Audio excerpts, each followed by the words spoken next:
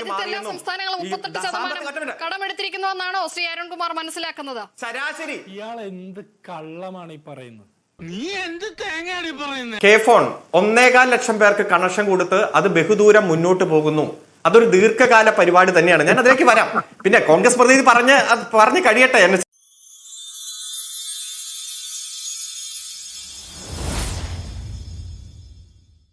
ഞങ്ങളെ സംബന്ധിച്ചിടത്തോളം ജനങ്ങൾക്ക് മുന്നിൽ അവതരിപ്പിച്ച മുഴുവൻ കാര്യങ്ങളും നടപ്പാക്കുവാനുള്ള ആത്മാർത്ഥമായിട്ടുള്ള ശ്രമമാണ് ഞങ്ങൾ നടത്തിയത്.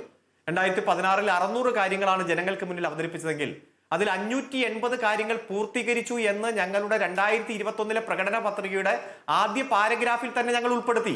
5 പ്രോഗ്രസ് റിപ്പോർട്ടും ഇറക്കി ജനങ്ങളെ ബോധ്യപ്പെടുത്തി. അതിനുശേഷം ഞങ്ങൾ 900 കാര്യങ്ങളാണ് ജനങ്ങൾക്ക് മുന്നിൽ അവതരിപ്പിച്ചത്. ഇപ്പോൾ 4 പ്രോഗ്രസ് റിപ്പോർട്ട് പുറത്തിറക്കി. അവസാനത്തെ പ്രോഗ്രസ് റിപ്പോർട്ട് വരികയാണ്. ഭൂരിഭാഗം കാര്യങ്ങളും നടത്തി മുന്നേറുന്നു. അതിന്റെ ഭാഗമായിട്ട് നമുക്കറിയാം, ലോകത്ത് അതിദാരിദ്ര്യമില്ലാത്ത നാടായിട്ട് തന്നെ നമ്മുടെ നാടിനെ പ്രഖ്യാപിക്കുമ്പോൾ ഇവിടെ കൃത്യമായി ദി ടൈംസ്, ലണ്ടനിൽ നിന്ന് ഇറങ്ങുന്ന വിഖ്യാതമായിട്ടുള്ള പത്രം, ആ ടൈംസിന്റെ പ്രിന്റ് എഡീഷനിൽ അച്ചടിച്ചു വന്നത് കേരളം ദാരിദ്ര്യത്തെ ചരിത്രത്തിന്റെ പേജുകളിലേക്ക് നാടുകടത്തി എന്നാണ് ലണ്ടനിലെ പത്രത്തിൽ അച്ചടിച്ചു വന്നത്. അമേരിക്കയിലെ ഏറ്റവും വലിയ പത്രമായ വാഷിംഗ്ടൺ പോസ്റ്റിൽ എ കമ്മ്യൂണിസ്റ്റ് സക്സസ് ലാൻഡ് എന്ന് പറഞ്ഞ് വാർത്ത വന്നതും നമ്മൾ കാണുകയാണ്. ഭയങ്കരം തന്നെ. പൊതുവേ നിങ്ങൾക്ക് കിട്ടിയ ഒരു വലതുപക്ഷ രാഷ്ട്രീയക്കാരുടെ വീടുകൾ അടക്കം നിങ്ങൾക്ക് കിട്ടിയ ഒരു പ്രതികരണം, ഒരു ഫീഡ്ബാക്ക് എന്നുള്ളത് പിണറായി വിജയൻ തന്നെ മുഖ്യമന്ത്രിയായി തുടരണം എന്നാണ് ഞങ്ങൾ ആഗ്രഹിക്കുന്നത് എന്നാണോ നിങ്ങൾ കയറിയ വീടുകളിൽ ബഹുഭൂരിപക്ഷവും പറഞ്ഞത്? അല്ല, ഒരു വ്യക്തി എന്ന രൂപത്തിൽ പറയില്ലല്ലോ. ഞങ്ങളെ സംബന്ധിച്ചിടത്തോളം കിട്ടിയ ഫീഡ്ബാക്ക് പണ്ട് പല ഘട്ടങ്ങളിലും അല്ല, ഞാനത് ചോദിക്കുന്നത് മൂന്നാം പിണറായി സർക്കാർ എന്നാണല്ലോ നിങ്ങൾ പോലും പറയുന്നത്. അതുകൊണ്ടാണ് അങ്ങനെ ചോദിച്ചത്. മൂന്നാം പിണറായി സർക്കാർ സംസ്ഥാന സെക്രട്ടറി ഇന്ന് ശ്രീ സച്ചിദാനന്ദന്റെ വാക്കുകളെ കുറിച്ചുള്ള ചോദ്യത്തിന് മറുപടി പറഞ്ഞപ്പോൾ അദ്ദേഹം പറഞ്ഞൊരു കാര്യം, തുടർ ഭരണം വന്നാൽ കേരളത്തിൽ അല്ലെങ്കിൽ മലയാളത്തിൽ പാവങ്ങൾ എന്നൊരു വാക്കേ ഉണ്ടാവില്ല. ആ തരത്തിലുള്ള ജനക്ഷേമ പദ്ധതികളുമായുള്ള സർക്കാരായിരിക്കും വരുന്നത്. അത് ജനങ്ങൾക്ക് ബോധ്യമുണ്ട് എന്നുള്ളതാണ്. പാവങ്ങൾ എന്ന വാക്ക് തന്നെ കേരളത്തിൽ നിന്ന് തുടച്ചു നീക്കപ്പെടും എന്നുള്ളതാണ്. വയസ്സുകളൊക്കെ തോനായില്ലേ? ഇനിയെങ്കിലും ഈ തറ വേലകളൊക്കെ നിർത്തി അവനെ എന്റെ ജോലികൾ ചെയ്ത് ജീവിക്കാൻ നോക്കട്ടെ. ഇവര് വലിയ തമാശക്കാരായി മാറിക്കൊണ്ടിരിക്കുക. എത്ര എളുപ്പത്തിലാണ് മനുഷ്യരെ ചിരിപ്പിക്കാൻ പറ്റുക. പണ്ട് എം വി ഗോവിന്ദൻ പറഞ്ഞ് കേരളത്തിലെ ഹാപ്പിനെസ് ഇൻഡെക്സ് കൂടുതലാണെന്നാണ്. ആളുകൾക്ക് യഥാർത്ഥത്തിൽ സന്തോഷമൊന്നും ഇല്ലെങ്കിലും ആളുകൾ ചിരിക്കുന്നുണ്ട് നന്നായിട്ട്. വലിയ സങ്കടങ്ങൾക്ക് ഇടയിലും വലിയ ദുരിതങ്ങൾക്കിടയിലും ആളുകളെ ചിരിപ്പിക്കാൻ അദ്ദേഹത്തിന് നന്നായിട്ട് പറ്റുന്നുണ്ട്.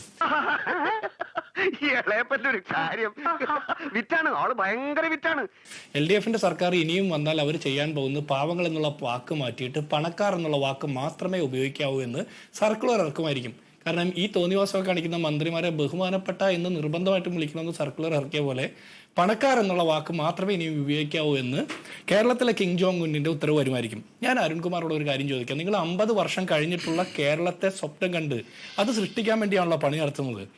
ഇപ്പോഴത്തെ കേരളത്തിന്റെ അവസ്ഥ ഇതാണെങ്കിൽ 50 വർഷം നിങ്ങൾ തുടർച്ചയായിട്ട് ഭരിച്ചുള്ള അവസ്ഥ എന്തായിരിക്കും?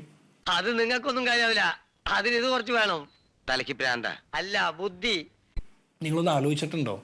ഇപ്പോൾ എം വി ഗോവിന്ദന് ജയ് വിളിക്കാൻ വേണ്ടിയിട്ട് വന്ന അന്യസംസ്ഥാന തൊഴിലാളികൾ അവർ എവിടെ നിന്ന് വന്ന ആളുകളാണ് നിങ്ങൾ എപ്പോഴെങ്കിലും ആലോചിച്ചിട്ടുണ്ടോ?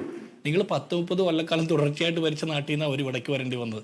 അതെന്തുകൊണ്ട് അങ്ങനെ വരുന്നതെന്ന് നിങ്ങൾക്ക് മനസ്സിലായിട്ടുണ്ടോ? ആ കേസിലെ പ്രതിയെ മാലയിട്ട് സ്വീകരിച്ച മുദ്രാവാക്യം വിളിച്ചത് കേരളത്തിലെ വനിതാ ശിശുക്ഷേമ വകുപ്പ് മന്ത്രി കൂടിയായിട്ടുള്ള വീണ ജോർജാണ്. നിങ്ങൾക്ക് എന്തെങ്കിലും നിലപാടുണ്ടോ? ഏത് മേഖലയെങ്കിലും എടുത്തോ. വിദ്യാഭ്യാസത്തെ ഉന്നത വിദ്യാഭ്യാസത്തിന്റെ ഹബ്ബാക്കി മാറ്റുമെന്നാണ് നിങ്ങൾ പറയുന്നത്. 50% സീറ്റുകളിൽ കേരളത്തിലെ യൂണിവേഴ്സിറ്റിയിൽ പഠിക്കാൻ കുട്ടികളില്ല എന്നുള്ള വിവരങ്ങൾ പുറത്തു വരുന്നു. SFIക്കാർ മാർക്ക് കോപ്പി അടിച്ച് ജയിക്കുന്ന സമയം പരീക്ഷ എഴുതാതെ ജയിക്കുന്നു, കട്ടെടുത്ത PhDയിൽ ഡോക്ടറേറ്റ് കിട്ടുന്നു. ഇതൊക്കെ നടക്കുന്നു. പക്ഷെ ഒറ്റ നോട്ടത്തിൽ തന്നെ ആർക്കും മനസ്സിലാക്കാൻ കഴിയും അതിനകത്തൊരു കോപ്പി പേസ്റ്റ് ഉണ്ടായിട്ടില്ല. ഇതെല്ലാം നടക്കുന്നു. വിദ്യാഭ്യാസ രംഗം തകർന്നു. കെ ഫോൺ ഹൈക്കോടതിയിൽ പോയി കേസ് കൊടുത്തു. ജലമെട്രോ ഹൈക്കോടതിയിൽ പോയി കേസ് കൊടുത്തു. High speed internet connection, K phone മറ്റേ AI ക്യാമറ നേരെ പോയി കേസ് കൊടുത്തു. സ്പ്രിംഗർ നേരെ പോയി കേസ് കൊടുത്തു. രാഷ്ട്രീയ ധാർമ്മികത എന്ന് പറഞ്ഞാൽ അത് മുഖ്യമന്ത്രിയിൽ നിന്ന് മാത്രം പ്രതീക്ഷിച്ചാൽ പോരാ. പ്രതിപക്ഷ നേതാവിന് രാഷ്ട്രീയ ധാർമ്മികത എഴുതി തരണമെന്ന് പറഞ്ഞതിന് ശേഷം പരിസരത്തേക്ക് പോയില്ല. സർക്കാരിന്റെ കൂടി വലിയ റോളുള്ള പദ്ധതികളാണ്. അത് രണ്ടും അവിടെ നിൽക്കട്ടെ. സംസ്ഥാന സർക്കാരിന് റോളുണ്ട് നടപ്പാക്കിയതിൽ എന്നുള്ളതിൽ സംശയമില്ല. പക്ഷേ ഇപ്പോൾ താങ്കൾ പറഞ്ഞ കെ ഫോൺ, സ്പ്രിംഗ്ലർ, ഇതിന്റെയൊക്കെ സ്ഥിതി എന്താണ് ഇപ്പോ? ദൈവമേ, മൂർഖനെയാണല്ലോ ചവിട്ടിയത്. കെ ഫോൺ 1.25 ലക്ഷം പേർക്ക് കണക്ഷൻ കൊടുത്ത് അത് ബഹുദൂരം മുന്നോട്ട് പോകുന്നു. അതൊരു ദീർഘകാല പരിപാടി തന്നെയാണ്. ഞാൻ അതിലേക്ക് വരാം. പിന്നെ കോൺഗ്രസ് പ്രതിനിധി പറഞ്ഞ് കഴിയട്ടെ. എന്നെ ഇടയ്ക്ക് കയറില്ല. കാരണം എനിക്ക് അങ്ങനെ ഇടയ്ക്ക് കയറുമ്പോൾ ഒരു ഫ്ലോ പോകും. ഒറ്റ കാര്യം ഞാൻ പറയാം. നടക്കുന്ന കേസ് വല്ലതും ശ്രമിച്ചാ പോരെ ദാസാ. കേരളത്തിന് കടം കൂടുകയാണ്. ഇപ്പൊ UDF പ്രതിനിധി പറയും ഇപ്പൊ എത്രയാണെന്നറിയാം, 18ാം സ്ഥാനത്താണ് ഈ കേരളം. 17 സംസ്ഥാനങ്ങളുണ്ട് കേരളത്തെക്കാൾ കടമെടുപ്പ് ശതമാനത്തിൽ മുന്നിലുള്ളത്.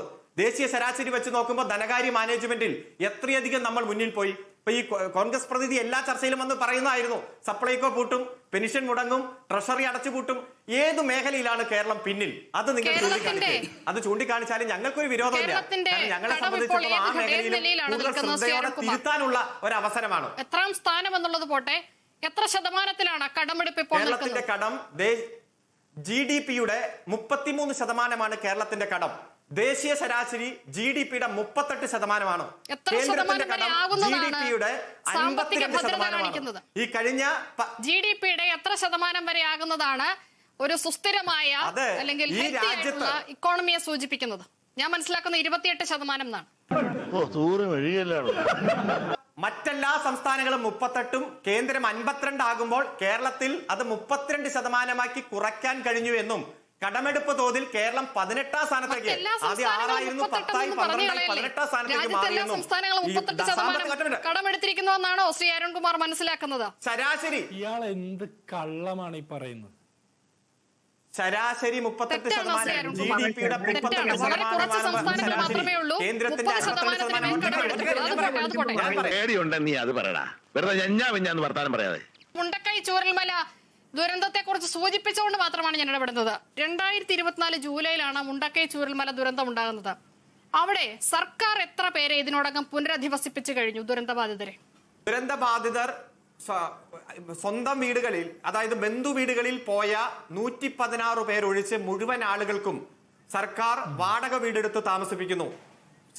ബന്ധു വീടുകളിൽ പോയവർക്കും വാടക വീട്ടിൽ താമസിക്കുന്ന മുഴുവൻ ആളുകൾക്കും വാടക ഗവൺമെന്റ് കൊടുക്കുന്നു. ഒരു വ്യക്തിക്ക് 300 രൂപ. അതുപോലെ ഒരു കുടുംബത്തിൽ തന്നെ പുനരധിവസിപ്പിച്ചു കഴിഞ്ഞു. ഓർക്കണം, 2024 ജൂലൈയിൽ ഒരു പഞ്ചായത്തിലെ 3 വാർഡിനെ മാത്രമാണ് ആത്യന്തികമായി ബാധിച്ചത്. അവിടെയുള്ള എത്ര കുടുംബങ്ങളെ ഇതിനോടകം സർക്കാർ പുനരധിവസിപ്പിച്ചു കഴിഞ്ഞു? പുതിയ വീട് പണിത് അവരെ അങ്ങോട്ടേക്ക് താമസം മാറ്റി കഴിഞ്ഞു. എത്ര കുടുംബങ്ങളെ? അതൊക്കെ പിന്നെ പറയാം. നീ ഒന്ന് ശരിക്ക് തള്ളേ. ഞാൻ ശരിക്ക് തള്ളുന്നുണ്ടോ? സർക്കാർ 416 വീടിന്റെ പണി പൂർത്തീകരിച്ച് ഈ മാർച്ച് മാസത്തിൽ താക്കോൽ കൊടുക്കും. 416, 105 വീടുകൾ ഞങ്ങൾക്ക് സർക്കാരിന്റെ വീട് വേണ്ട, 15 ലക്ഷം രൂപ വീതം തരണമെന്ന് പറഞ്ഞു. അത് കൊടുത്തു. 105 പേർ അങ്ങനെ ആവണമോ കേരള മോഡൽ? ശ്രീ അരുൺകുമാർ, എന്തൊക്കെ മേളായിരുന്നു, പാട്ട്, ഡാൻസ്, കൂത്ത്. അല്ല, അതിൽ ഒരു വർഷത്തോളം ഒന്ന് വന്ന് കാണണം. ഹാരിസൺസ് ഉടമകൾ ആ കേസുമായിട്ട് പോയി. ഒരു ദിവസം ഭൂമി ഏറ്റെടുത്തു. രാത്രി ആ ഭൂമിയുടെ പണം ട്രഷറിയിൽ കെട്ടി, കോടതിയിൽ കെട്ടി. ഇതൊന്നും ചോദിക്കരുത് നിഷ, ഇങ്ങനെ അതമ്പതിക്കരുത്. ഹൈക്കോടതിയുടെ ഡിവിഷൻ ബെഞ്ച് വിധി പറഞ്ഞ ദിവസം രാത്രി കോടതിയിൽ കോടിക്കണക്കിന് രൂപ കെട്ടിവെച്ച് ആ ഭൂമി അർദ്ധരാത്രി ഏറ്റെടുത്തു. ഇവിടെ 416 വീടുകൾ. ഞാനിപ്പോൾ സംസാരിക്കുന്നത് 2026 ഫെബ്രുവരിയിലാണ്. ഇതുവരെ എത്ര കുടുംബങ്ങളെ സർക്കാർ പുനരധിവസിപ്പിച്ചു എന്ന് ചോദിച്ചാൽ മാർച്ചിൽ പുനരധിവസിപ്പിക്കും എന്ന് മറുപടി പറയുന്നതാണോ ഒരു ജനപക്ഷ സർക്കാരിന്റെ ലക്ഷണം? എന്നാ പിന്നെ ഞാനങ്ങട് ഗ്രാൻഡ്മ ഒന്നും ഇങ്ങോട്ട് പറഞ്ഞു.